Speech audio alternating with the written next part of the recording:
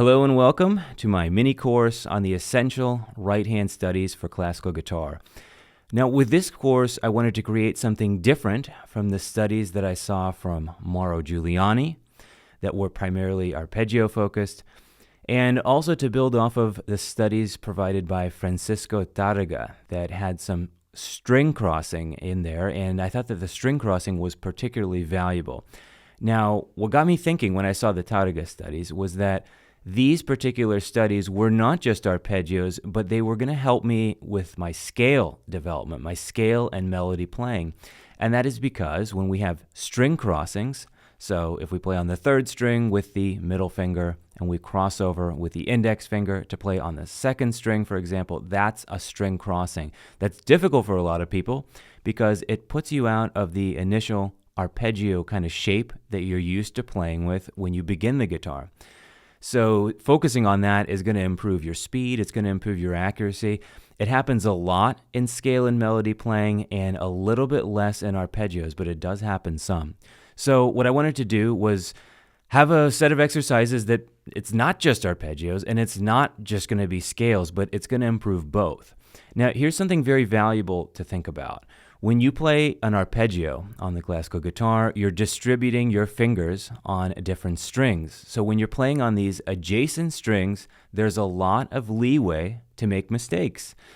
And that's not what we want when we're isolating and we're working on exercises. We actually want to hear the clicks, we want to hear the clacks, we want to hear the unevenness that we need to improve when we actually work on our repertoire. And that brings me to my big point. What's the point of having a set of exercises? Can't you get every single thing that you need just from the repertoire that you work on? Well, not really, because this is an opportunity here to actually look at your right hand and look at exactly what it's doing, look at the economy of motion, see if there's any excess tension, see if there's anything awkward that you're doing with your hand, like maybe when you're moving up and you're reaching up for the higher string, you change your hand position and you do a stretch of the fingers that you don't want. All of that can be taken care of here. We can finally look at our right hand. We sort of often practice in this triangle that doesn't allow for a lot of isolation of either left hand or right hand because we have our sheet music in front of us and we have our left hand, and the left hand has a ton of its own variables, stretches, bar chords, shifts, and you're moving up and down on the fretboard. And then we finally come to the right hand, and we don't have enough time to really isolate the right hand and really carefully look at what it's doing unless we have a set of exercises which is very simple in the left hand and just allows us to really literally look down, look at our right hand, and finally see anything that's wrong and diagnose any problems. So that's the point of having these supplemental exercises. Now, when you see me playing the exercises in the course, I'm playing them at what I call an entry-level fast tempo. So I'm playing them briskly.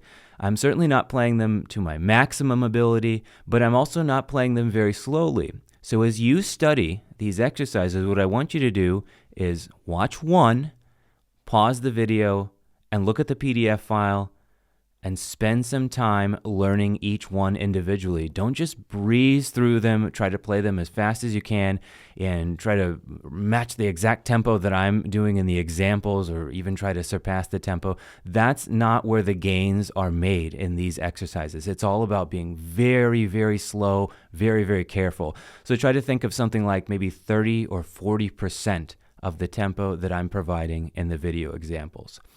All right, so that's pretty much all I wanted to say about the arpeggio studies. Happy practicing, and I'll see you at the end.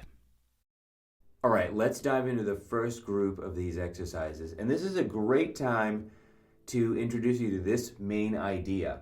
Even though you're going to see my hand traveling up the strings, the hand position does not change. And that's the same for free stroke and rest stroke. So what I mean is you don't see my fingers stretching out to make that happen. I'm traveling all the way down to the first string.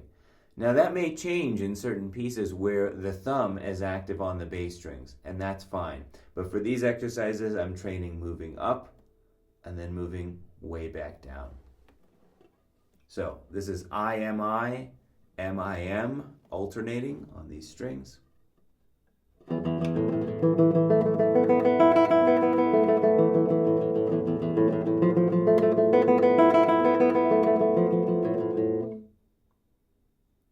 Next, here's the variation. M-I-M, I-M-I.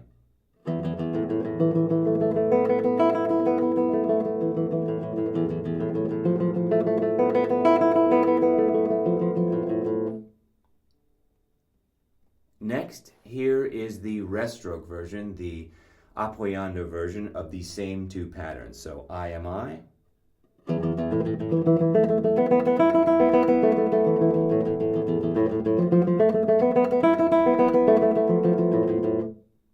Now we're starting with M-I-M and alternating.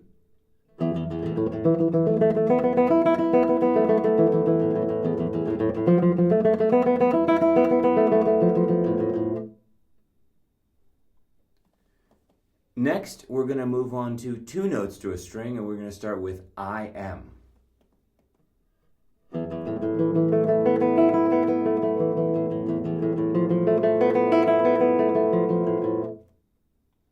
Now here's the variation. We're starting with M-I, and we're going to do M-I on every string.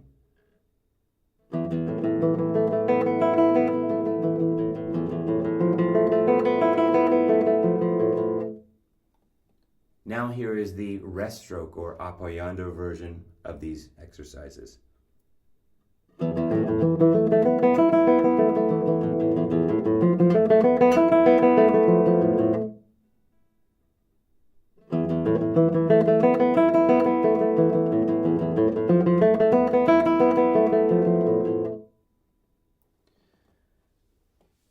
Okay, here's where it gets interesting. Now we're going to work on true string crossing, and we're only going to do a single note per string. We're going to start with I, and then the next string we're already going to do M. Now we're going to alternate throughout.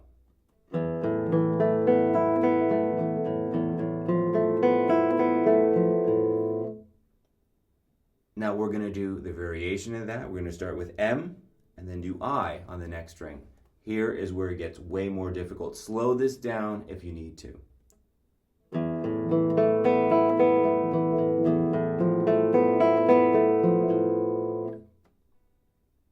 Now we're going to do the rest stroke version of these exercises.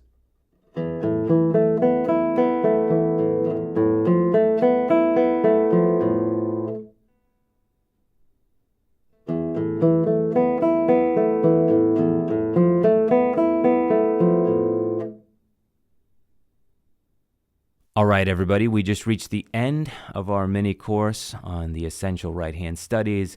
And just a couple of notes as we close out. The studies are meant to be included in your practice regimen several times a week, but it's not supposed to increase your practice time by that much. What they're meant to do is cut down on practice time. You see, when you isolate these particular skills, you're getting much more accurate and you're developing the skills much faster so that when you're actually working on your repertoire, yeah, sure, there are some specifics that you might need to work on a little bit more in a particular piece, but you're supposed to make it so that you don't have to spend so much time on the right-hand element because you've isolated it with these exercises. Now, I hope the challenges in these exercises were enough for you. I hope that you found them to be challenging enough. I was playing them and recording the examples, and I found a few of them to be quite challenging, and I wasn't even playing them up to the full tempo that I practice. So I'm sure that this will be a good challenge for a lot of you. I also want to point out that if you have some particular questions or you think you have some unique problems or something that came up, a great time to address them and to help your colleagues would be in one of our live group classes. I really love these group classes because it's a bunch of like-minded individuals. There are some amateur players. There are some future professional players. Sometimes professional players sit in. And you know what? We just discuss these common issues that come up with classical guitar and with playing music. And you can see that no matter the skill level, that we share this common passion for the guitar, but also that a lot of things that people find difficult, it spans across many different levels. Sure, the pieces get more difficult, but a lot of the problems, they remain. I mean, I've heard a lot of virtuoso professionals complain about how difficult certain bar chords are, particularly when you have stretches. So that's not just a beginner question. It's something that one must deal with for the rest of their playing career. Anyway, thank you guys for joining me, and please stay tuned for the next course. Take care.